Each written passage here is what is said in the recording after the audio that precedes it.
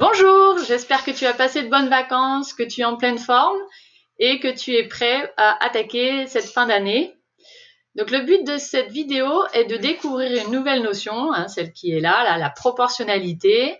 C'est une notion importante et essentielle en mathématiques puisque tu vas la voir en 6e, 5e, 4e, 3e, mais également au lycée et elle peut être utile aussi dans la vie de tous les jours. Donc dans cette vidéo, tu vas essayer de comprendre ce qu'est la proportionnalité de façon intuitive et plus tard, il y aura d'autres vidéos pour apprendre à utiliser la proportionnalité, en particulier dans la résolution de problèmes. Et puis, on verra également une définition plus rigoureuse, plus mathématique de la proportionnalité, mais là, ce sera plus tard. Donc, on va commencer par un exemple. Donc, pour essayer de comprendre ce qu'est la proportionnalité. Alors, premier exemple, on va imaginer aller sur le marché. Donc, tu imagines, tu vas au marché acheter des pommes et tu t'arrêtes devant un marchand qui te propose un prix au kilo de 1,50 €. Alors, ça veut dire quoi un prix au kilo de 1,50 €?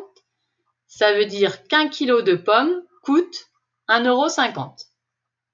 Alors, imagine si tu veux acheter 2 fois plus de pommes. Donc, si tu veux acheter 2 fois plus de pommes, tu vas acheter 2 kilos de pommes. Et donc, dans ces cas-là, tu vas payer 2 fois plus cher. Tu vas payer 1,50 € fois 2, c'est-à-dire 3 €. Donc, si tu achètes 2 fois plus de pommes, tu payes 2 fois plus cher. C'est ce qu'on appelle la proportionnalité. On dit que ces deux grandeurs sont proportionnelles. Ou encore, on dit que le prix payé est proportionnel à la quantité de pommes achetées. Deuxième exemple. Donc, on imagine cette fois-ci une personne à 15 ans qui mesure 1,60 m. Donc, est-ce que quand cette personne sera 2 fois plus âgée, c'est-à-dire quand elle aura 30 ans, est-ce que cette personne sera 2 fois plus grande, Donc, la question c'est, est-ce que quand on est 2 fois plus âgé, notre taille est 2 fois plus grande?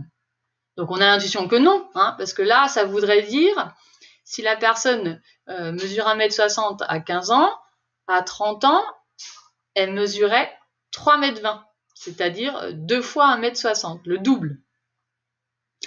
Donc là, on voit clairement que ce n'est pas une situation de proportionnalité. On dit que dans ce cas, que la taille d'un individu n'est pas proportionnelle à son âge. Donc là, 2 fois plus, ça ne va pas donner 2 fois plus pour l'autre grandeur. Dernier exemple pour voir si tu as compris. Est-ce que la note obtenue à un contrôle est proportionnelle au temps passé à réviser? Donc, je peux te laisser quelques secondes pour réfléchir. Tu peux éventuellement faire pause si tu as besoin de plus de temps pour réfléchir. Alors, prenons toujours des exemples. Imaginons, tu passes 1 heure à réviser ton contrôle et tu obtiens 9 sur 20. Et si tu avais révisé 2 fois plus, donc si tu avais révisé 2 heures, est-ce que tu aurais eu une note de 18 sur 20? Ben non, tu n'aurais pas eu 18 sur 20. Enfin, peut-être, on ne sait pas. Mais en mathématiques, si on affirme quelque chose, on doit être sûr et certain que ce soit vrai. Donc, dans ces cas-là, la note obtenue n'est pas proportionnelle au temps passé à réviser. Donc, on va passer maintenant au travail à faire pour aujourd'hui.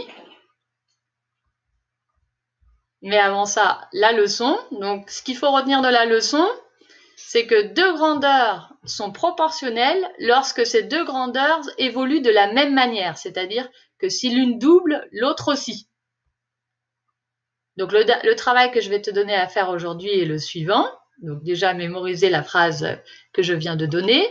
Et sur ton cahier ou sur la feuille, si tu souhaites imprimer la feuille que je donnerai en pièce jointe, il faut compléter le tableau suivant en cochant oui ou non à chaque fois.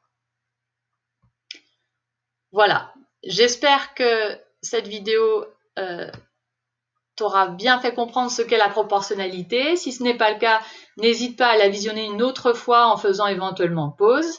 Et puis, tu peux toujours me poser des questions sur Pronote. Bonne journée et à bientôt!